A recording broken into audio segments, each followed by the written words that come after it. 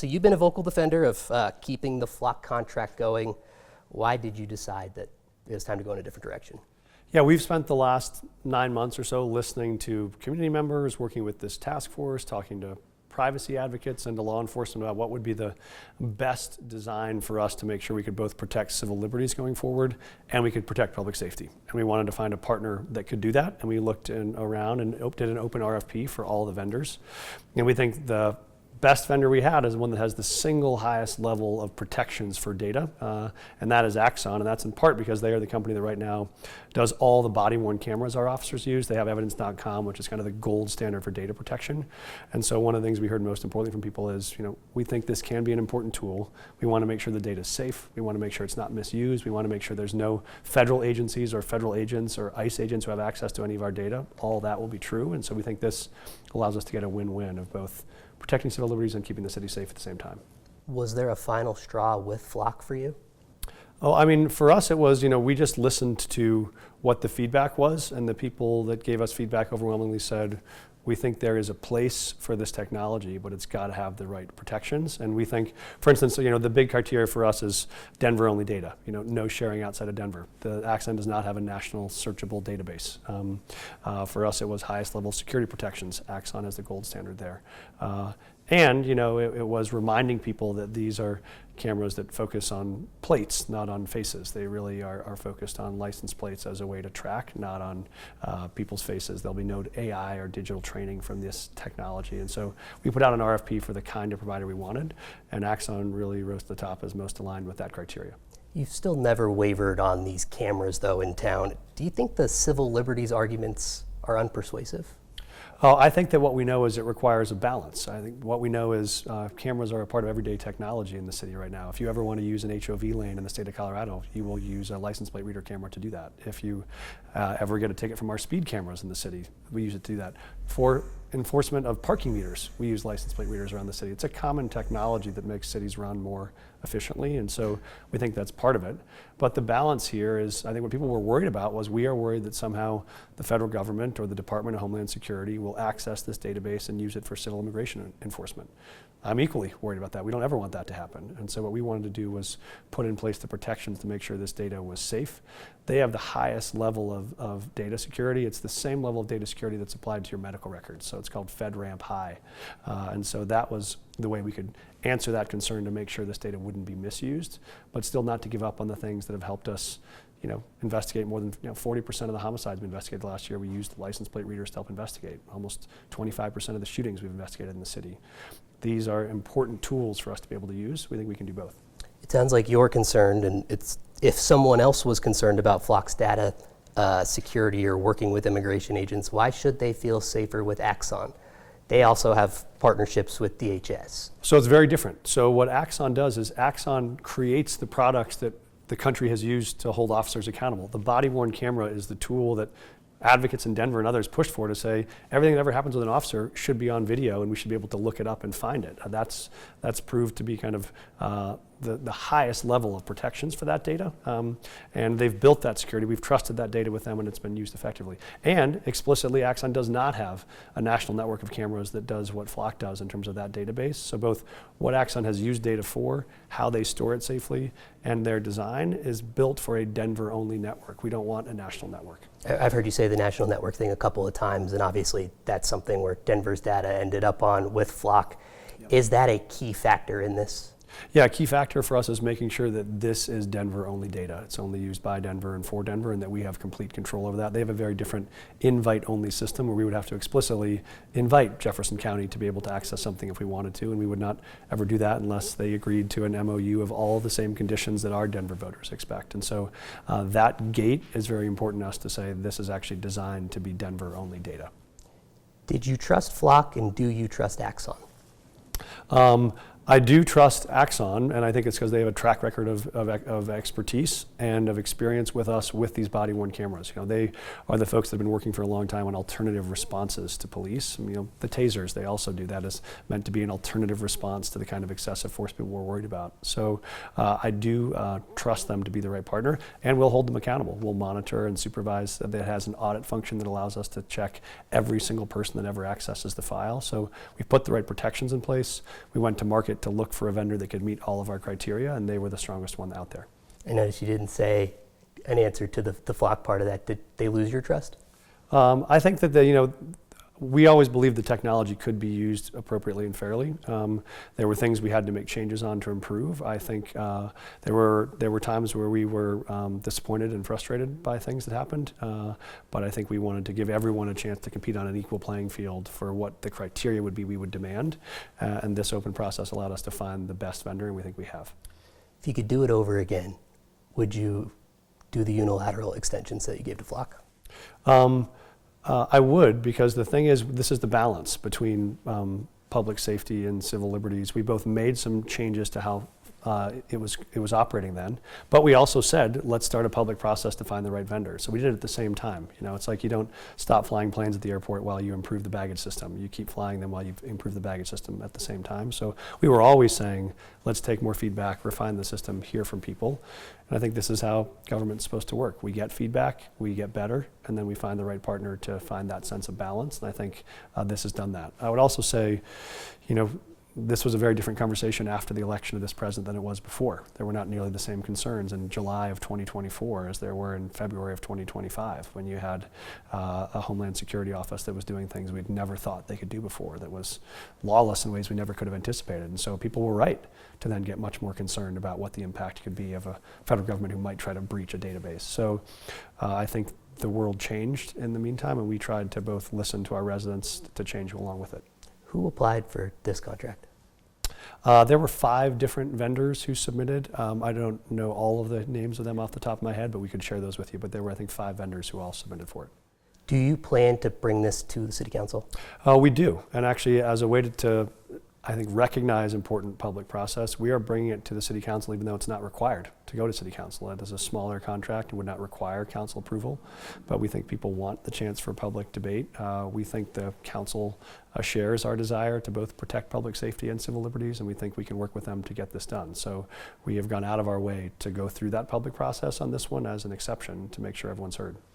Do you have the votes on council to get this approved, and what happens if they don't approve this contract? We've just started talking to them, so I don't think we have asked anyone on hard votes yet. But I will stay at this until we figure it out. And again, I think we have shared values. A lot of them had real concerns about the vendor and the right partner and the right protections. We think we've heard those critiques and answered them, and we think this is a viable path forward. Is this a political move to get away from some of the negative PR with Flock?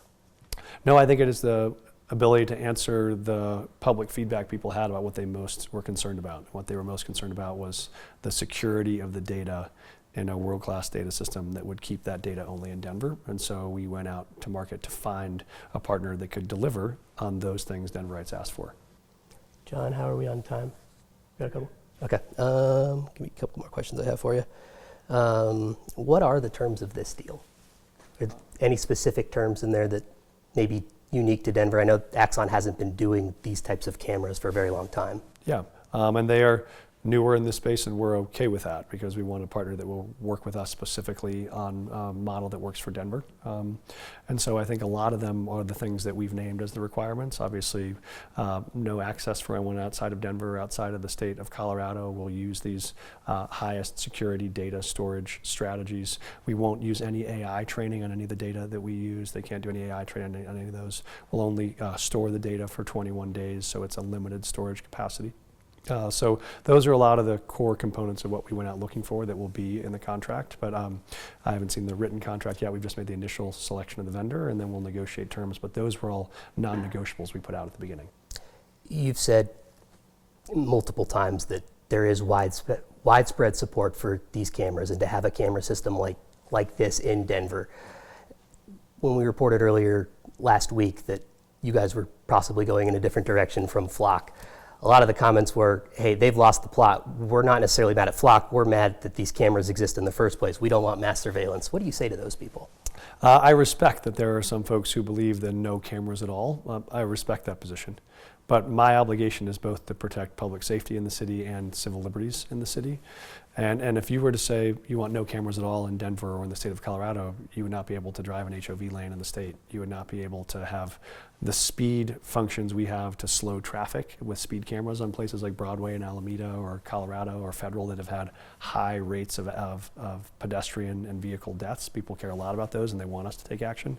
Things like enforcing parking meters we need them for. And so this technology is a part of everyday life, but what we want to do is make sure this technology has the protections people want to avoid that ICE could ever access this data. When I talk to folks in the street who say, Mike, I'm mad about these cameras, what they're most worried about is, could the federal government access these cameras to find my neighbor and deport them to a foreign country?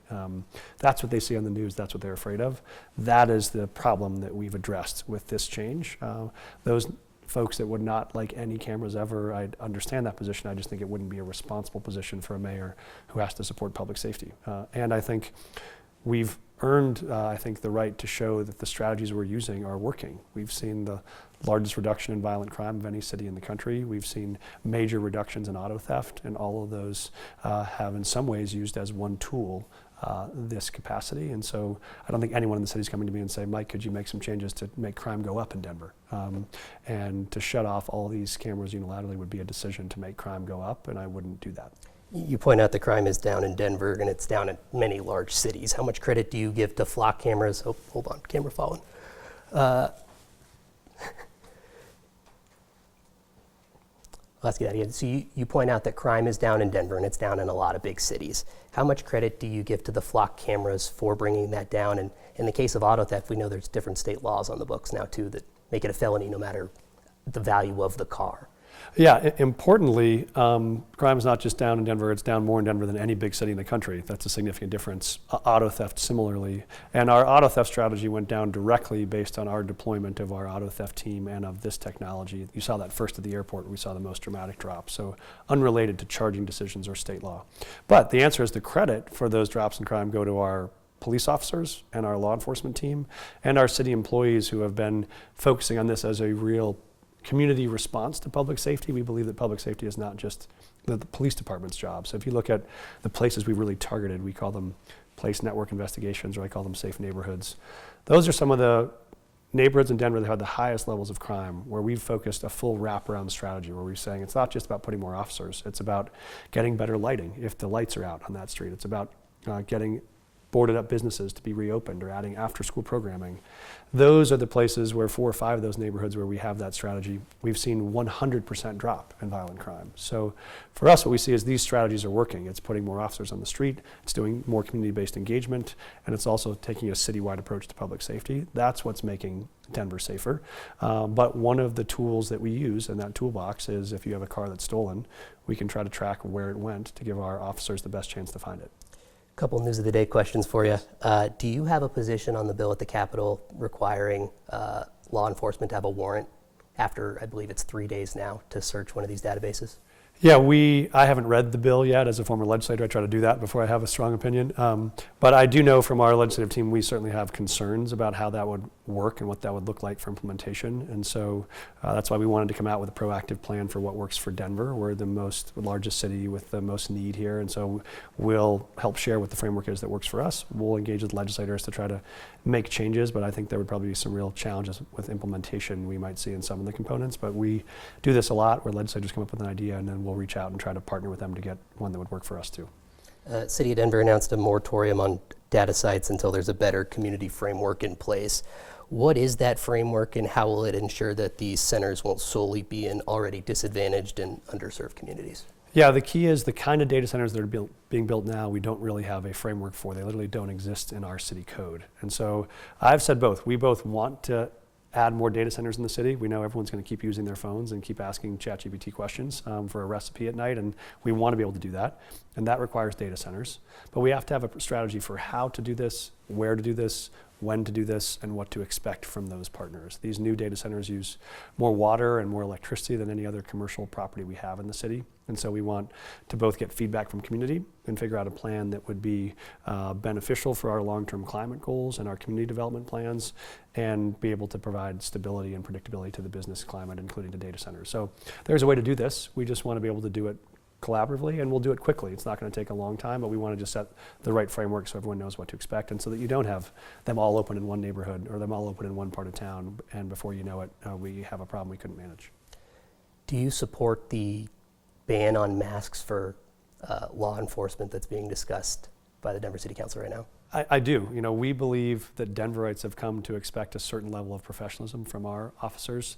Trust is at one of our all-time highs now for police in Denver because they do things like everyone wears a badge with a name and a body-worn camera that they can be held accountable for. Their faces are visible. They show up in the streets to talk to you as residents. And that kind of trust that has been built between police and the community is being destroyed by federal agents who are showing up with no badge, no ID, no visible face. That makes people afraid, not feel safe. So we think it's one of a set of important steps we can take to keep Denver safe, and we support it.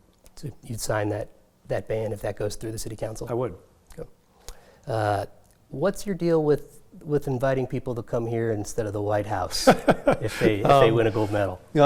This was just, I mean, you know, I'm a big sports fan. I was a hockey player. We watched the U.S. women's hockey team win an incredible gold medal, and the whole country was celebrating for them. I think it took a sad turn where they felt like they weren't welcome, and you just hate to see a team like that not have a chance to be celebrated. And so we feel like America would love the chance to celebrate the U.S. women's Olympic hockey team. And so we said if they're looking for a place to celebrate, they should come to Denver. We'd be happy to host them and put together a celebration right here at home, because we think sports fans around the country would love to come and cheer them on.